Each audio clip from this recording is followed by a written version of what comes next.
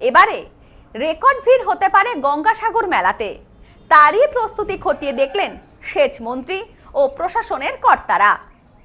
কথিত আছে সব তীর্থ বারবার, গঙ্গাসাগর একবার। প্রতি বছর গঙ্গাসাগর মেলা ঘিরে পুণ্যার্থীদের উন্মাদনা থাকে চোখে পড়ার মতো। আগামী 8ই জানুয়ারি থেকে শুরু হবে গঙ্গাসাগর মেলা। আসন্ন গঙ্গাসাগর মেলা ঘিরে প্রস্তুতি একেবারে তুঙ্গে। এবারের গঙ্গাসাগর মেলায় রেকর্ড ভিড়ের আশঙ্কা। ইতিমধ্যেই গঙ্গাসাগর মেলার নিরাপত্তার বিষয়টি খতিয়ে দেখছেন পুলিশ প্রশাসন।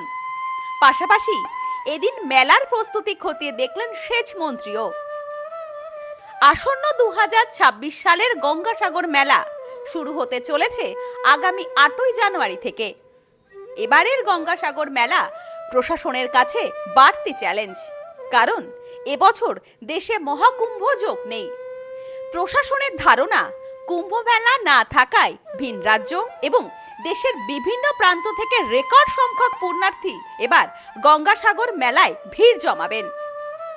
সেই বিপুল জনস্রোত সামাল দিতে এবং মেলাকে সুশৃঙ্খল রাখতে আগেভাগেই সতর্ক পুলিশ প্রশাসন।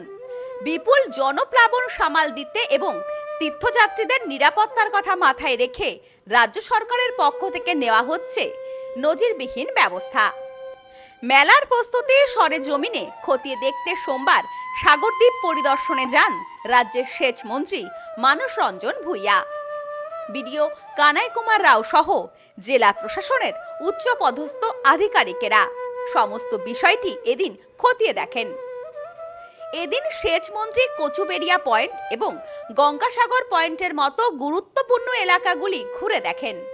বিশেষ করে মুড়িগঙ্গা নদীতে রেজিং এর কাজ এবং অস্থায়ী জেটি নির্মাণের অগ্রগতি নিয়ে আধিকারিকদের সঙ্গে দীর্ঘক্ষণ আলোচনার পর আবারও কলকাতার উদ্দেশ্যে ফিরে যান তিনি।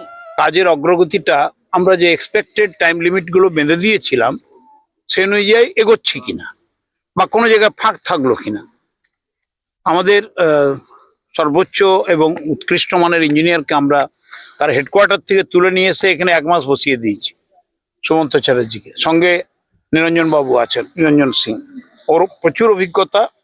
উনি তো ট্রান্সফার হয়ে গিয়েছিলেন অন্য জায়গায়, ওকে আমরা ফর দ্য টাইম বিং তুলে নিয়ে এসেছি এখানে আবার। আর আমাদের তো এখানকার সেনাপতি আছেন, চেয়ারম্যান স্যার সীমন্ত, তো সে দেখাশোনা করছে। এসডিপিও সাহেব আছেন, বিডিও আছেন। আর আপনারা তো জানেন এখন এসআইআর এর কাজ হচ্ছে এবং গঙ্গাসাগর কোনো অফিসারদের আমরা খুব একটা ডিস্টার্ব করতে চাই না।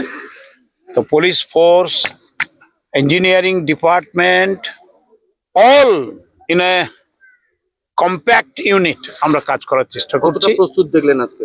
অনেকটাই ভালোই। Progress is very good. Up to the time limit directive মেনে চলছেন।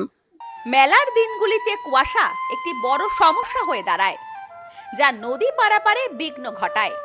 এই সমস্যা মোকাবেলায় এবং মেলা প্রাঙ্গণকে আরো আকর্ষণীয় করে তুলতে এবার প্রযুক্তির ওপর বিশেষ জোর দেওয়া হয়েছে। মেলা চত্বর ও লট 8 সংলগ্ন এলাকায় প্রায় 600 ফিট ফগ লাইট এবং লেজার লাইট বসানোর পরিকল্পনা নেওয়া হয়েছে। পুণ্যার্থীদের সুরক্ষা ও স্বাচ্ছন্দ্য নিশ্চিত করতে রাজ্য সরকারের পক্ষ থেকে একগুচ্ছ ব্যবস্থা নেওয়া হয়েছে। জনস্বাস্থ্য কারিগরি দপ্তরকে পর্যাপ্ত বিশুদ্ধ পানীয় জলের যোগান নিশ্চিত করতে বলা হয়েছে। পাশাপাশি পুণ্যার্থীদের থাকার জন্য যে অস্থায়ী ক্যাম্প হবে সেখানে অগ্নি নির্বাপন ব্যবস্থা যেন নিখুঁত থাকে তা দেখার জন্য নির্দেশ দেওয়া হয়েছে। স্বাস্থ্য পরিষেবার ক্ষেত্রেও নেওয়া হয়েছে বিশেষ ব্যবস্থা। সাগর তটে বা নদীপথে কেউ অসুস্থ হয়ে পড়লে যাতে দ্রুত চিকিৎসা পাওয়া যায় তার জন্য প্রস্তুত থাকবে ওয়াটার অ্যাম্বুলেন্স এবং এয়ার অ্যাম্বুলেন্স। এছাড়া কাছাকাছি হাসপাতালগুলিতে শয্যা সংখ্যা বাড়ানোর পাশাপাশি মেলা প্রাঙ্গণে পর্যাপ্ত অস্থায়ী শয্যা ও মেডিকেল ক্যাম্প তৈরি রাখতে বলা হয়েছে। সাগর তটে পৌঁছানোর পর কপিল মুনির আশ্রমে যাওয়ার জন্য যাতে বাসের কোনো অভাব না হয় সেদিকেও নজর দিতে বলা হয়েছে পরিবহন দপ্তরকে। এক কথায় প্রশাসনের মূল লক্ষ্য হলো পুণ্যার্থীদের নিরাপত্তা এবং পরিচ্ছন্ন মেলা উপহার দেওয়া। তার জন্যই নেওয়া হচ্ছে সমস্ত ব্যবস্থা।